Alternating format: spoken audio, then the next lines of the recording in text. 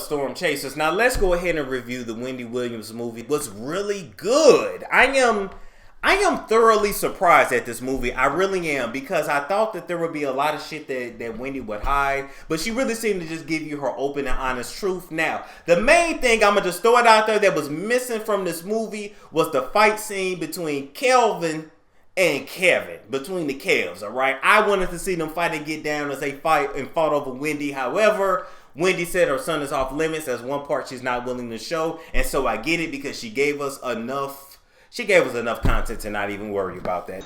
He been waiting on this his whole damn life, because Lord knows you've been disrespecting Wendy up and through them streets ever since you married her and called yourself her manager. So he got his son in a chokehold, and his son like, wait a minute, you got me in a chokehold, and you don't think I'm not fin to defend myself? And he hit him with that bow, bow, bow, bow, bow, bow. Woo!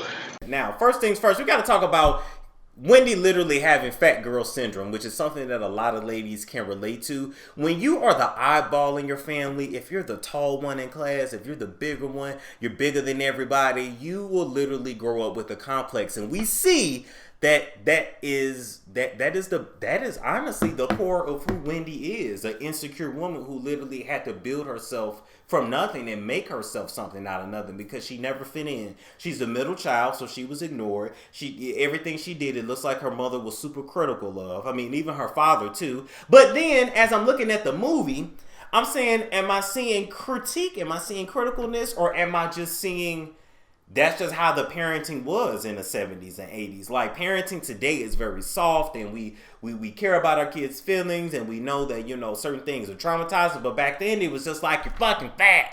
You're fat ass. Like, it was just said, and it just was what it was. So I don't know. Maybe I'm a little bit too soft, but it is what it is. Moving right along from that, she was super ambitious early in her career, and that sets you apart from others.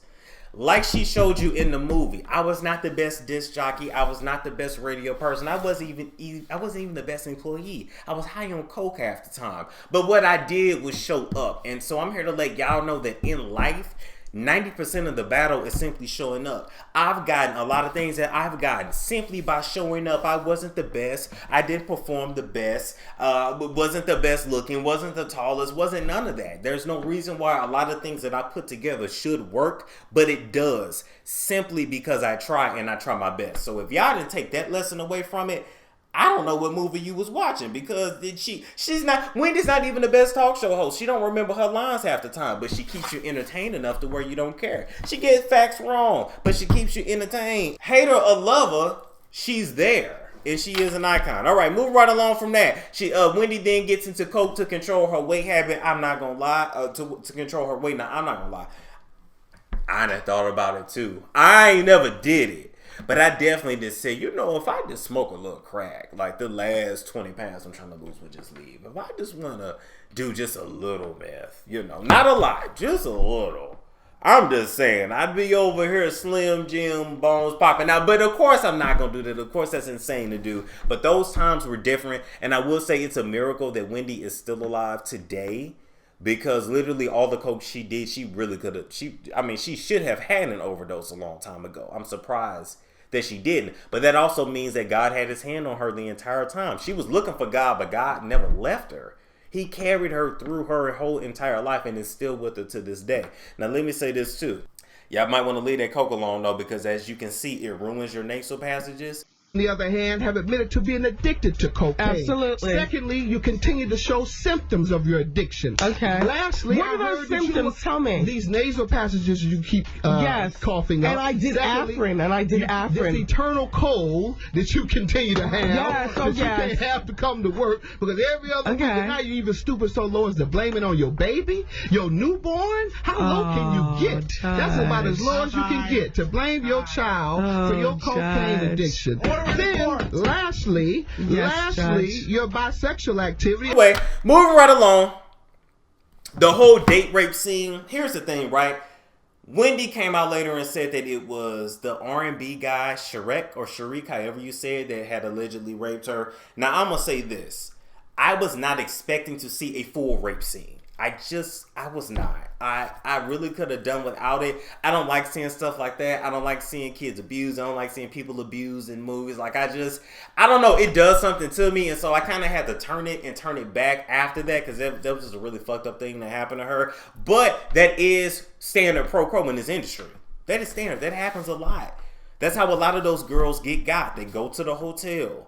All right, they think they're having a meeting. They think they're looking over the script. Now, Wendy was very naive because he said he was going there to change for a party, which means that the man he's been working all day. He's going to take a shower. He's going to be in a towel. He's going to be naked. Ain't none, I just meet you. Ain't none I got to talk about with you in your room. I tell you what, player, you handle your business in the bathroom. I'll catch you downstairs. I'll wait for you downstairs. Matter of fact, I'll just meet you at the party. But when you deal with celebrities, when you deal with people with money and influence, it's very easy to get starstruck, and you just never really want to tell them no. People with influence, power, money, they really don't take the word no too well. And so you kind of just go along with everything that they want you to do, even if you don't want to do it, until you look up and something like that happens. And so I'm glad she was open enough to show it. I just didn't want to see it, and it was messed up. And as far as Sharik's wife is concerned, coming out and saying that Wendy is lying, that Wendy is making this up, I don't mean no harm, ma'am. This allegedly happened way before you was in the picture and before he married you. I think you just need to mind your business. I think that people, men and women alike, we live many different lives within a lifetime, right? We can be one person with this person and a whole nother personality with you. And I just don't think it's fair to say that somebody's story isn't true just because you don't know that person. No, you don't know the rapist because he redeemed himself. But with her, he didn't give a damn about her, and he raped her, allegedly, and it was what it was. Mind your fucking business. The man is dead anyway. I don't know why you care that much. His career didn't go nowhere, and we not gonna care that much after this. So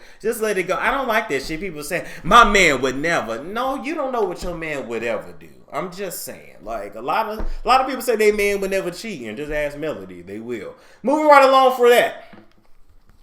We gotta give Wendy credit for being revolutionary in gossip.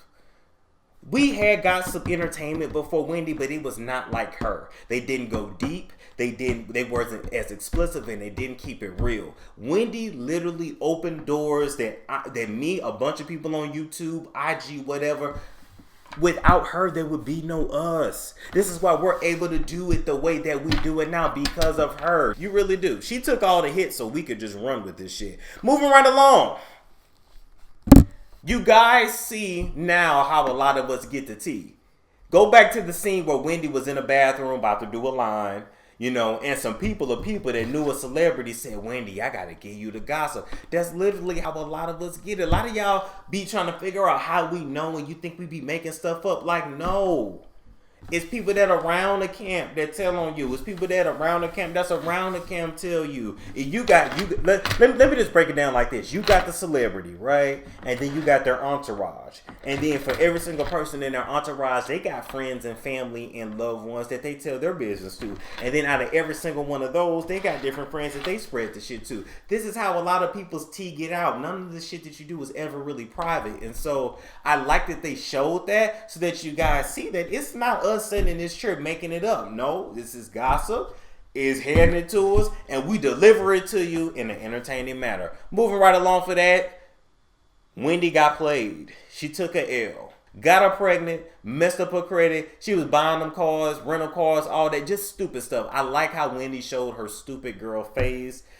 I gotta take that back. That stupid girl phase lasted a long time because then she got with Kevin, all right? And Kevin, at the beginning of their relationship, was pretty much her knight in shining armor, and she needed him. She needed that layer of protection because everybody was trying to kick Wendy's ass. And like Wendy has even said on her show, I've never been in a fist fight. So if Wendy has never actually been in a fist fight, what do you think Whitney and Robin would have done? They'd have mopped the ground with her. What do you think them girls from Total would have did? They'd have mopped the floor with her. Like they'd have mopped the floor. What do you think if Angie Martinez would have been able to really get to her and lay them hands? What would have happened? She'd have mopped the floor with her. So I'm just saying that size don't mean shit if you don't know what to do with your size. And so with that being said, she needed Kevin, but what happened is the higher Wendy's star grew, the more insecure Kevin became because it was very clear that everything that he had was because of Wendy. And the higher she grew, he got more insecure, which then led him to cheating to just simply make him feel like a man.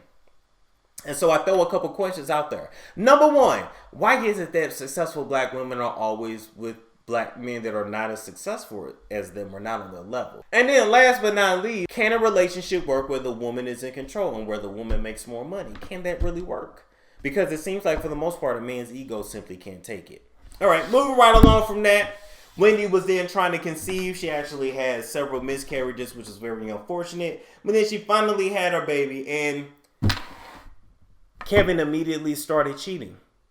And his excuse was that, Wendy, we haven't had sex in a year because, of course, while she was on bed rest, she didn't want to risk, messing up the baby, risk losing the baby, so, of course, she wouldn't have sex. Even though her mouth still worked. He could have put that mouth to work, but, her ass still worked, too. But anyway, it just reminded me of Portia and Dennis's situation where he said he cheated on her while she was pregnant. And it reminded me of all the situations I hear where the men cheat on the women while they're pregnant, simply because their pregnant wife or girlfriend is not the most pleasant person to be around. But I have to go back and say, how dare you cheat on your wife while she's pregnant with your baby? Like, she's pregnant with your baby. Your baby, not another man's baby. It's not questionable like it's yours that you planned. But then you cheat on her. Because you can't have sex. Because you're trying to finally actually bring the baby. I wasn't understanding the reasoning. No, the reasoning was he cheated because there was one area and aspect of his life where he felt like a man. Because being next to Wendy, he didn't feel like a man. He felt like the husband of Wendy Williams. I just feel like that's what it was, all right? We saw how Sharina and Kevin met. We saw that, Charlamagne brought her around. Now, I do have to say this. Charlamagne, the way they portrayed Charlamagne in that show was petty as hell. Now, I know Charlamagne was not the... Charlamagne likes to joke and say he looks like Morris Chestnut. He was not the... That's a rough-looking brother. But I'm going to just say they didn't have to do Charlamagne like that. Moving right along from that, we then see Kevin and Sharina get more and more open with their relationship. Sharina gets pregnant with the baby. Wendy flips out. And we get to the part of her finally realizing that it's time to divorce. And we get to see Wendy plan out the whole thing. See, no matter what Kevin threw at her, Wendy was always 10 steps ahead of him. And ladies and gentlemen, in life, that is how you have to move.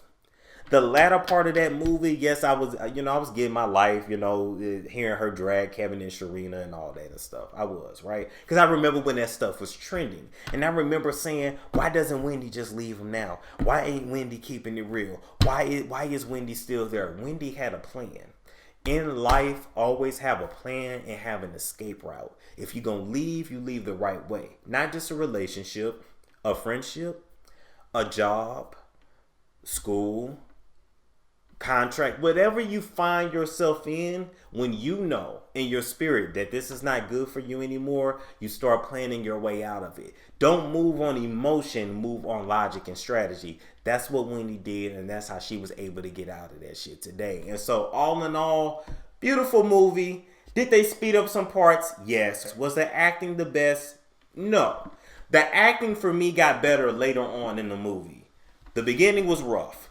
But midway later on, it definitely got better. And more I've learned in this movie that in life, you simply got to show up, do your best, and be consistent. And that is how you find success. And when you find your lane, you stay in that and you dominate it. Don't try to be nobody else, because when God made you, he only made one of you. Watching that movie made me say to myself that I need to be really conscious about what comes out of my mouth.